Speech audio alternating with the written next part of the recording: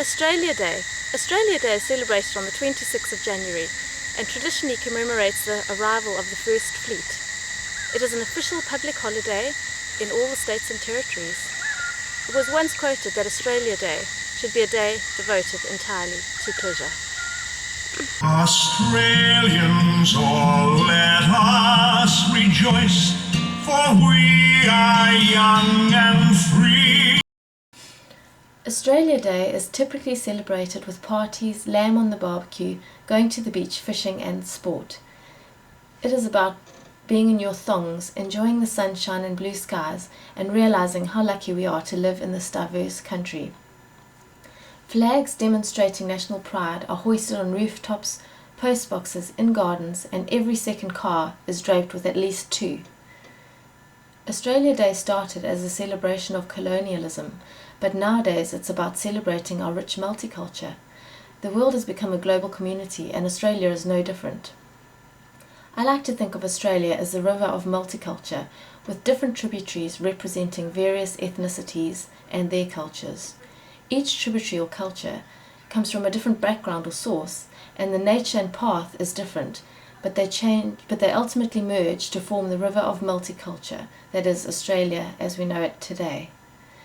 Whilst it's good to recognise and celebrate that oneness, it's equally important to recognise the differences that make up the Australian nation. Australia Day is celebrated by most, but is a sensitive issue to the Indigenous Australians, the Aborigines and the Torres Strait Islanders. They continue to feel excluded from what has long been a British pioneering celebration, symbolised by the raising of the Union Jack and later the Australian flag, which bears the British flag. To many Aborigines, that colonisation represents an invasion not only of their land, but of their culture and identity. The arrival of Captain Cook for most Australians represents the start of their identity, but for the Aborigine, some suggest it represents the end to theirs. The focus of my teaching is early childhood, and to start, I'd use the symbolic representation of Australia as the river of multicultural that I mentioned earlier. This would help to simplify the idea of culture and diversity in order for the little ones to visualize the concept.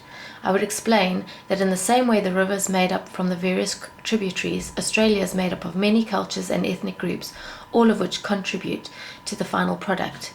Each tributary's path to the river, its origin, and the terrain it covers differs, which could be used to symbolize the differences in the various cultures.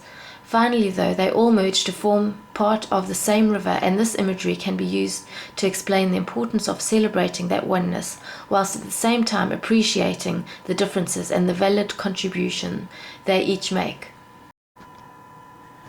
In the classroom, I would encourage children to discuss how their family is made up, where their ancestors are from, and ask them to bring things from home which represent that country's culture.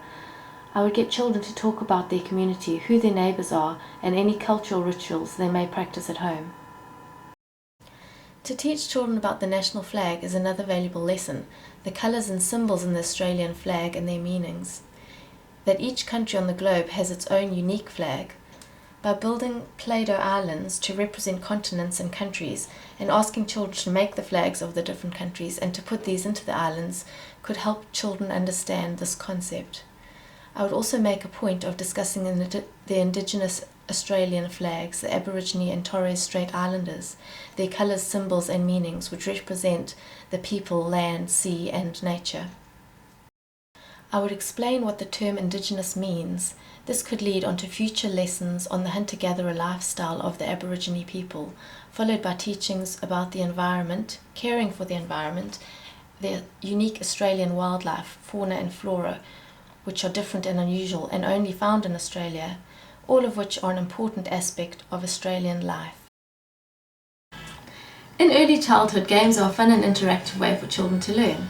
In the following clip, I've asked children to form two groups, all the children with blonde hair into one group and all the non-blondes into another. Okay kids, everyone with blonde hair, go form a group. Everyone with hair that isn't blonde, form another group.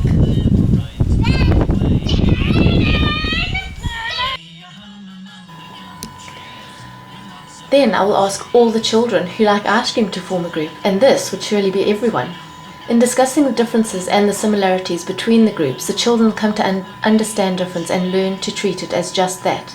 They will understand and tolerate difference and realize that difference is natural to everyday life, that people can be different in some ways but alike in others. These discussions will initiate the thought process that difference is not something that should be feared or ridiculed, but something that should be enjoyed and embraced. Books are an essential learning tool. Many books have characters of different ethnic backgrounds, and by having them in the classroom can expose these cultures and provide daily opportunities to understand difference. All the above teachings will give young children a more whole idea of the nature of difference, whether it be cultural practices, flora and fauna, or flags. The more emphasis on diversity in everyday life and the more opportunities children have to experience these differences, the more likely it will become second nature to them.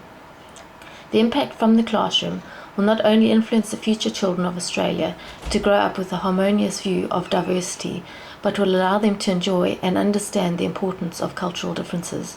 Australia Day can become a significant teaching platform to teach of cultural values and history and what it means to be proudly Australian.